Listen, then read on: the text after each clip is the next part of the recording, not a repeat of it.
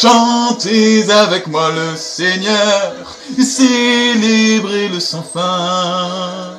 Pour moi il a fait des merveilles, et pour vous il fera de même. Bonjour les amis, c'est Cyril de Lille. Vous savez, ce cachotier à la rigolade facile.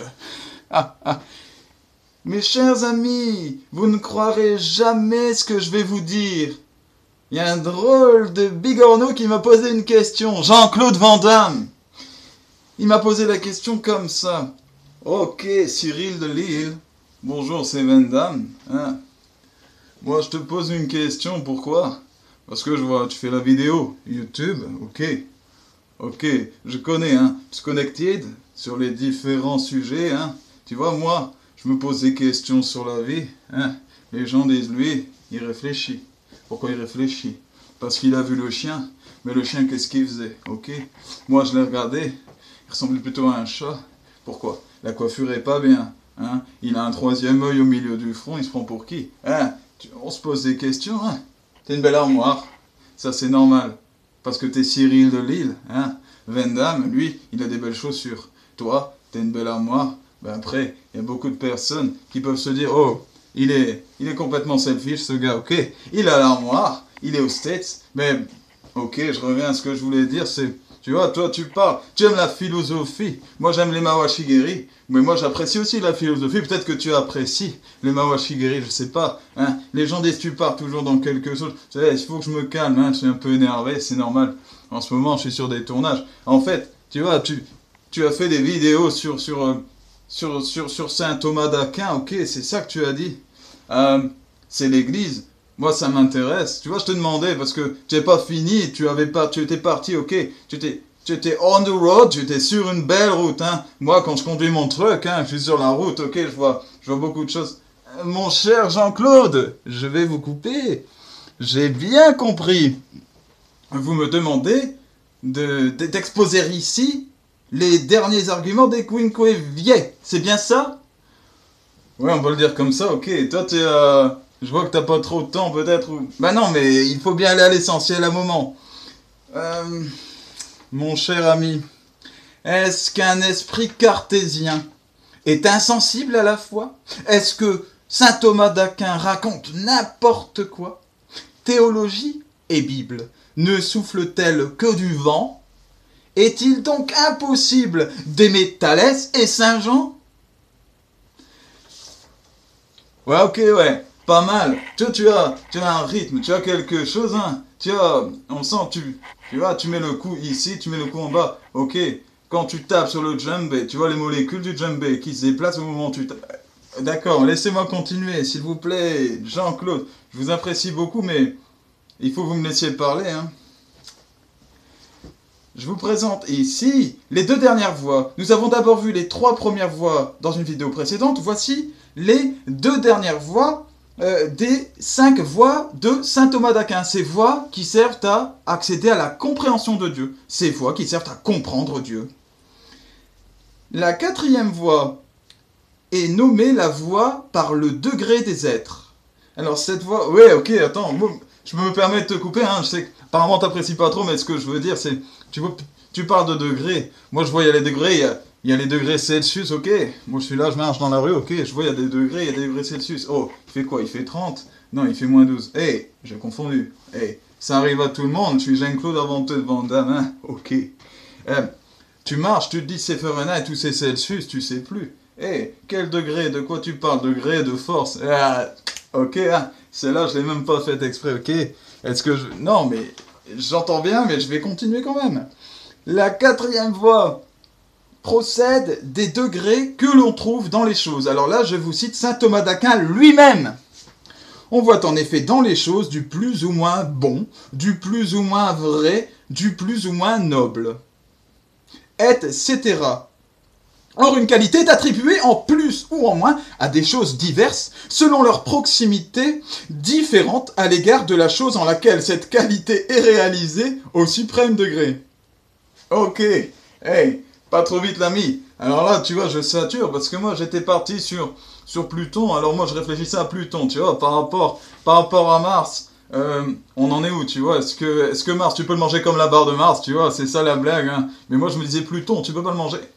D'accord, je comprends, mais je vais expliquer. Alors, qu'est-ce que ça signifie? Une qualité est attribuée en plus ou moins à des choses diverses, selon leur proximité différente à l'égard de la chose en laquelle cette qualité est réalisée au suprême degré. Alors ça, c'est une phrase qui paraît incompréhensible. En réalité, elle est tout à fait compréhensible. Et je vais vous donner un exemple très simple.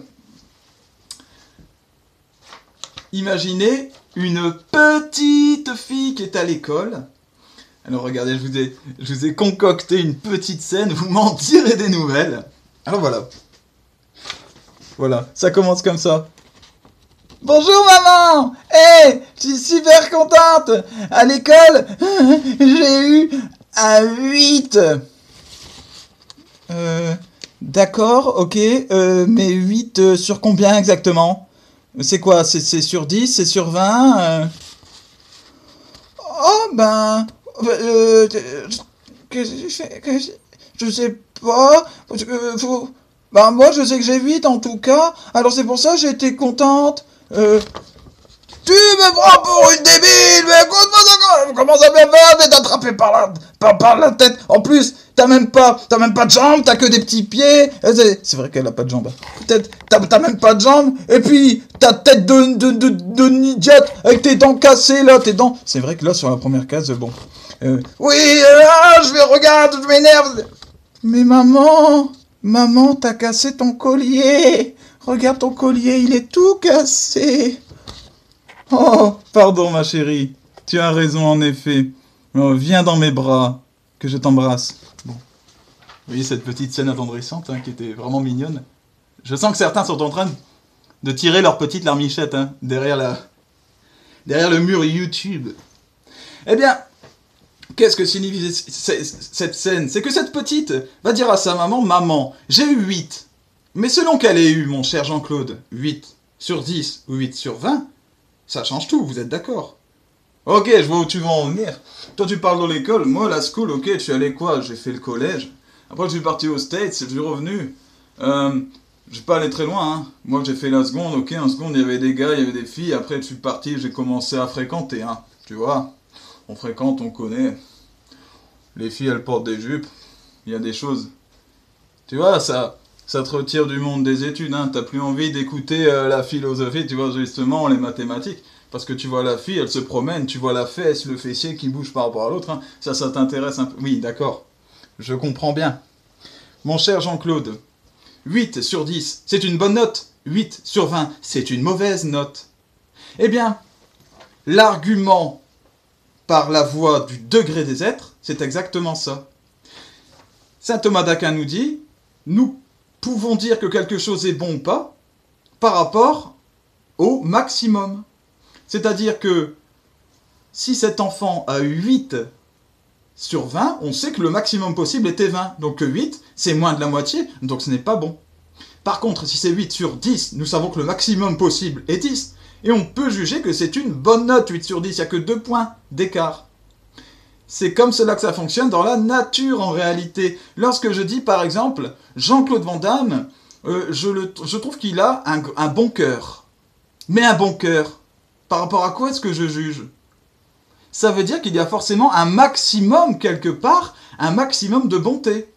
Sinon, je ne peux pas savoir si vous avez un bon cœur. C'est qu'on a tous conscience qu'il y a un maximum de bonté. Nous avons tous conscience qu'il y a un maximum, comme le dit très bien Saint Thomas d'Aquin, pardon, dans cet argument, qu'il a du plus ou moins vrai. Comment est-ce qu'on peut dire d'une chose, elle est plus vraie qu'une autre? Ça, c'est particulièrement vrai, parce que nous avons conscience qu'il y a une vérité suprême. Et donc, nous savons ce qui s'en rapproche plus ou moins de cette vérité suprême. C'est la même chose pour ce qui est plus ou moins noble, etc. Toutes les qualités. Cela signifie qu'il y a quelque chose qui est le maximum de bonté, qui est le maximum de noblesse, qui est le maximum de vérité. Eh bien, cette chose, évidemment, c'est Dieu, tout simplement. C'est une preuve qui est reprise d'ailleurs de Platon, qui était un philosophe grec. Mon cher Jean-Claude, c'est bien cela qu'on en appelle la voie par le degré des êtres. Vous voyez, donc ce n'est pas une question de degré en réalité de brûlure ou je ne sais quoi. Ok, j'ai confondu. Mea culpa, hein. Ça arrive à tout le monde. Hein. Tu vois, moi aussi je parle un peu latin. Hein. Quinquevier, je sais pas quoi. Moi je dis mea culpa. Pourquoi on dit mea culpa? Adam, il a croqué la pomme, ok. Il a pas demandé pardon, ok, il a pas dit mea culpa, c'est de ma faute. Hein. Les gens lui ont jeté des petits cure-dents comme ça. Il piquait son orgueil. Lui, il a dit quoi? Hé, dehors il fait beau, hein. T'as une belle chambre. Moi j'apprécie ici. Ça c'est pas ce qu'il lui a dit, hein. C'est parce que là, je vois que t'as des poudres. Je vois que t'as une drôle de pièce ici, hein. Elle est toute blanche. Hé, on est dans un hôpital, mais un hôpital avec des poutres, c'est plus un hôpital, hein. C'est un hôpi-poutre ou...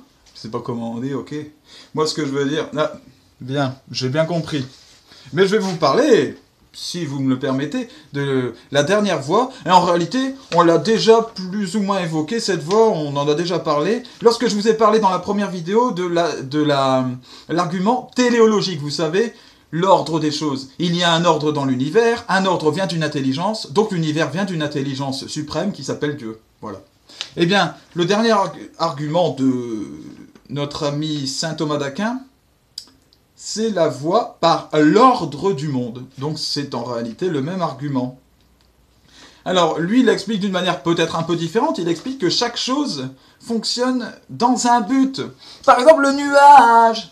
Ah ouais, ok, le nuage, je vois. Tu sais, moi, parfois je me baignais la mer du Nord, hein. J'habite aussi au Belgium. Belgium et la mer, pas loin. Alors moi j'y vais en courant, hein. Je sens sur mon corps les molécules de l'air. Il y a de la pression, j'ai déjà expliqué ça.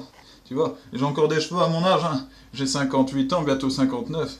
Eh, Dieu est là pour moi.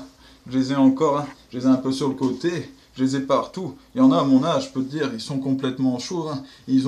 Ça pousse sur le corps, mais ils n'ont plus rien sur la tête. Hein. Ça s'est inversé, c'est bizarre. On dirait peut-être qu'il y a une pression, tu vois, ils ont appuyé très fortement, je sais pas. Peut-être les atomes.